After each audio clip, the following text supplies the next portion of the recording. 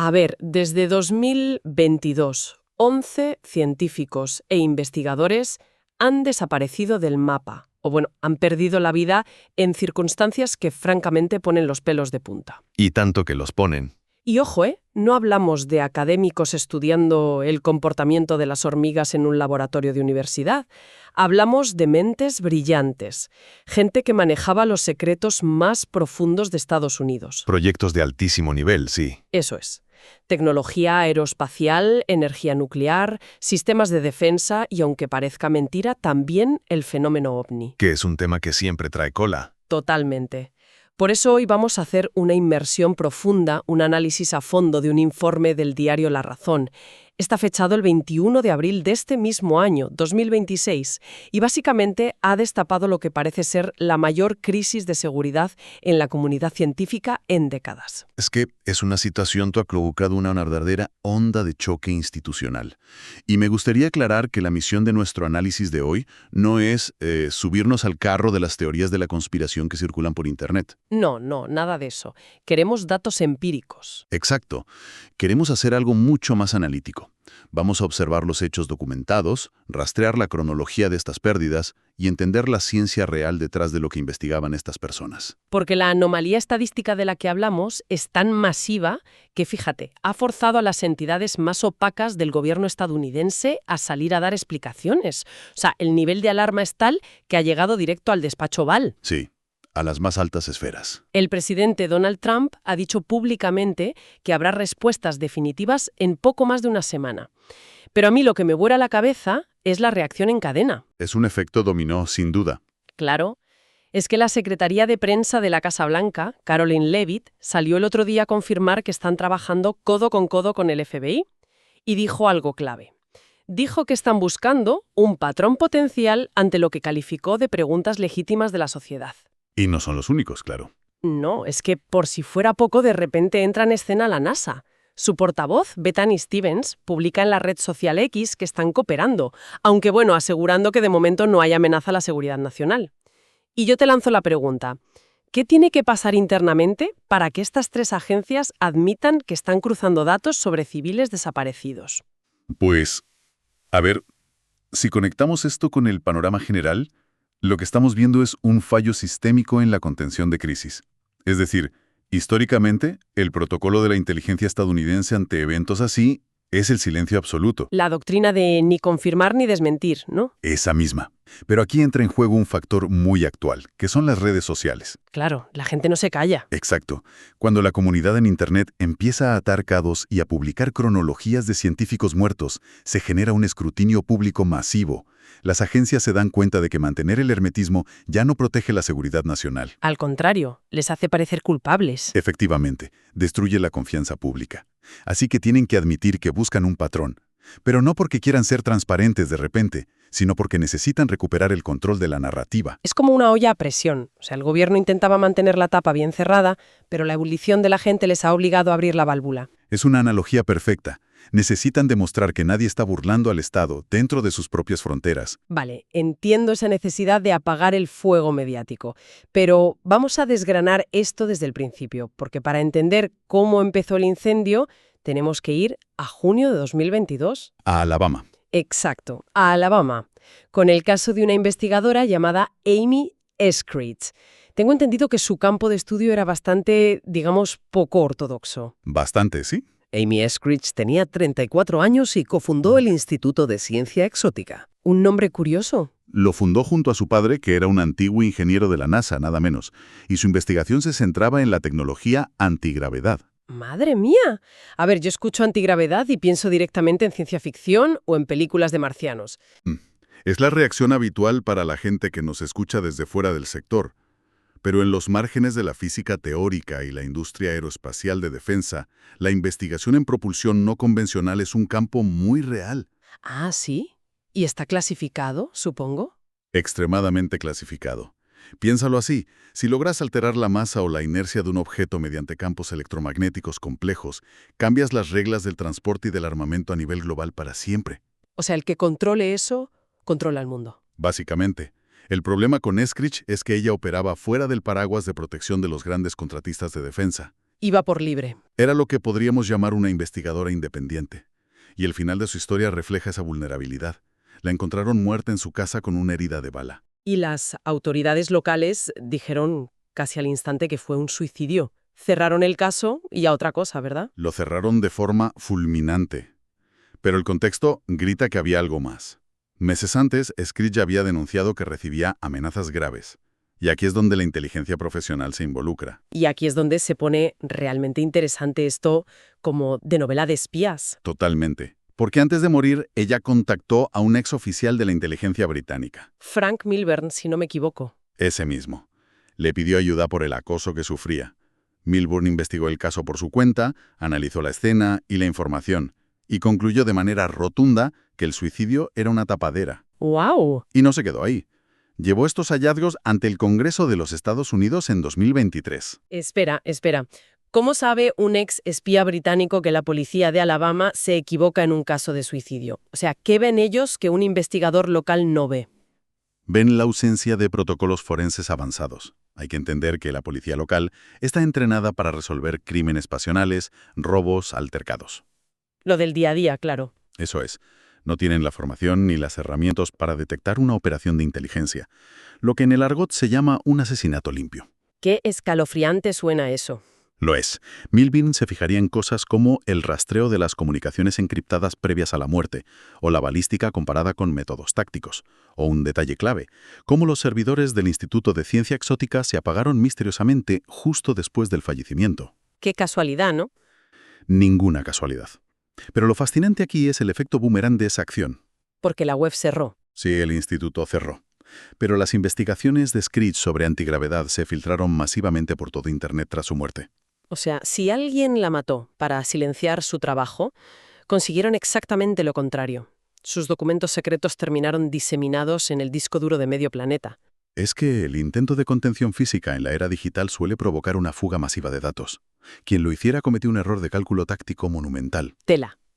Y esto me lleva a la siguiente fase de esta pesadilla, porque pasamos de una investigadora independiente en Alabama directamente a la columna vertebral de la ciencia gubernamental. Damos un salto cualitativo enorme. Sí, porque según el informe de La Razón, entre 2023 y 2025, el foco se desplaza. Se va al Laboratorio de Propulsión a Chorro de la NASA. El famoso JPL en California. Y al Laboratorio Nacional de Los Álamos, en Nuevo México. De repente, la gente empieza a desaparecer de las instalaciones más seguras del planeta. Es que el JPL y los Álamos no son solo laboratorios, son fortalezas de máxima seguridad donde se diseña desde el software de los rovers marcianos hasta la modernización del arsenal nuclear. Pues esas fortalezas parecen tener fugas bastante graves. En el JPL perdemos a Michael David Hicks en julio de 2023. Su autopsia nunca se hace pública. Primer dato anómalo. Un año después, su colega Frank Mywald muere sin causa oficial. Y en junio de 2025 desaparece Mónica Renza. Haciendo senderismo, supuestamente. Supuestamente. Y me quiero detener en ella porque el informe subraya que era la creadora de algo llamado Mondaloy. ¿Qué es el Mondaloy y por qué es tan vital como para desaparecer a alguien? Lo fascinante de esto es que el Mondaloy es la clase de avance técnico por el que las potencias rivales están dispuestas a iniciar operaciones encubiertas sin dudarlo. ¿Tan importante es? Es vital.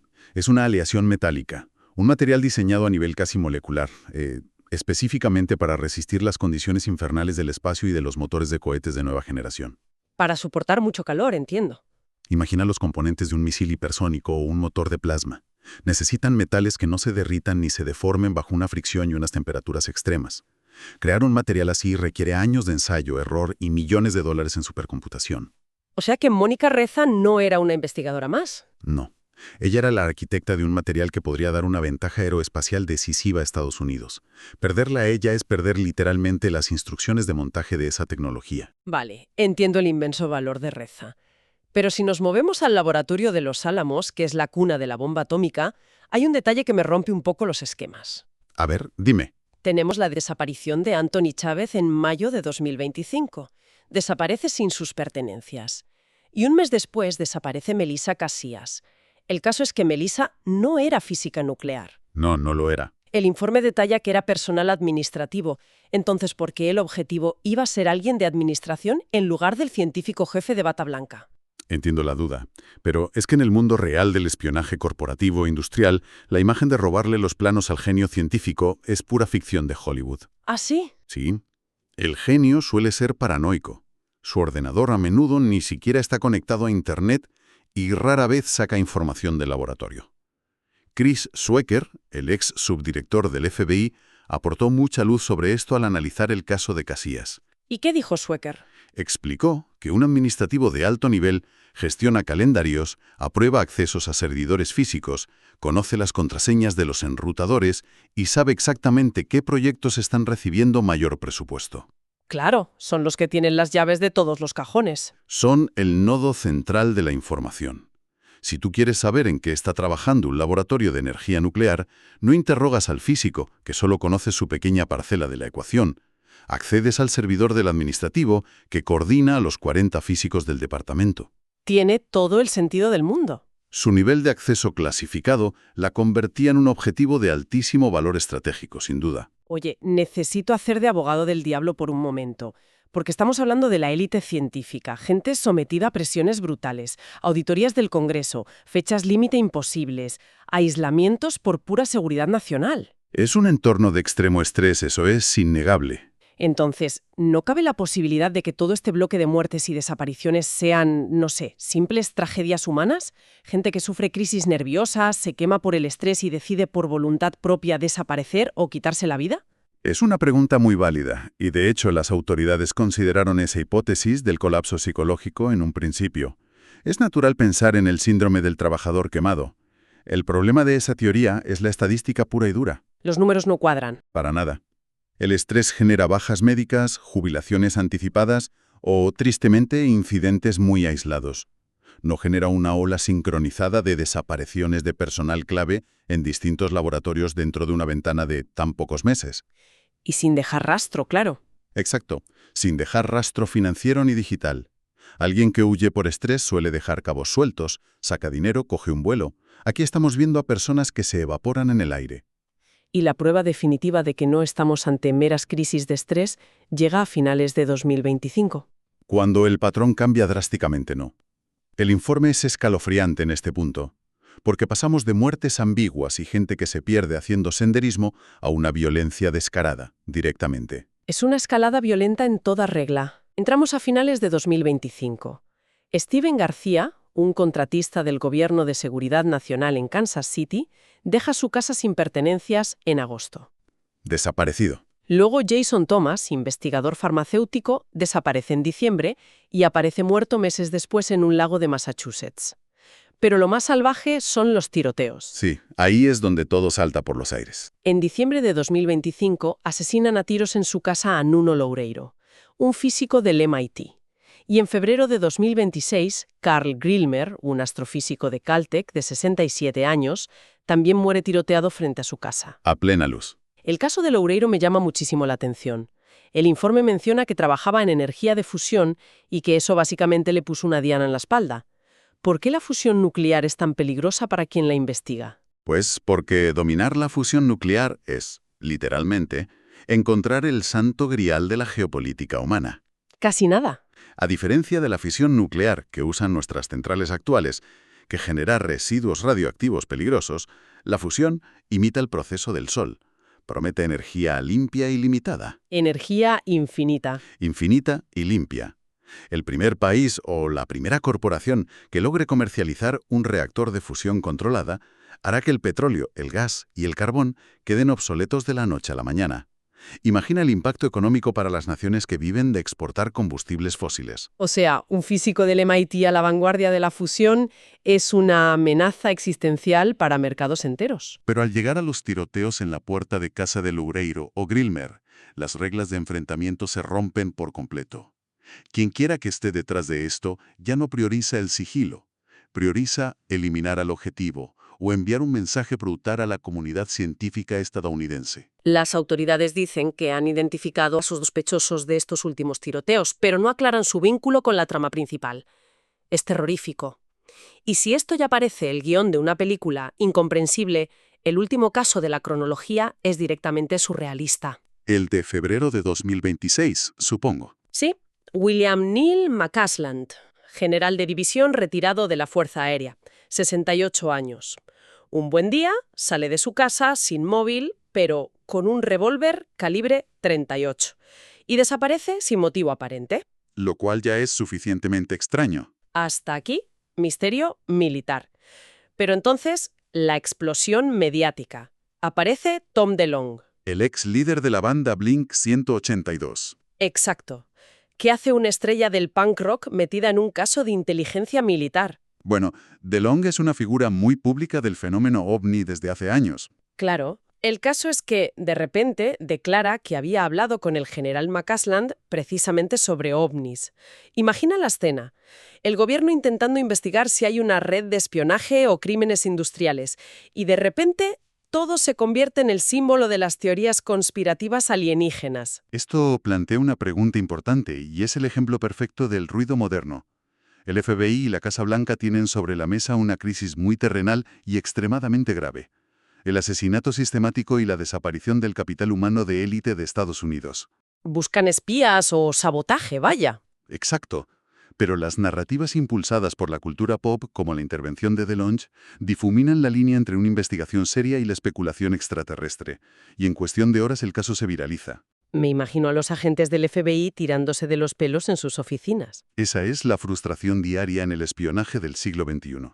Las redes sociales secuestran la realidad forense. Pero fíjate en la paradoja.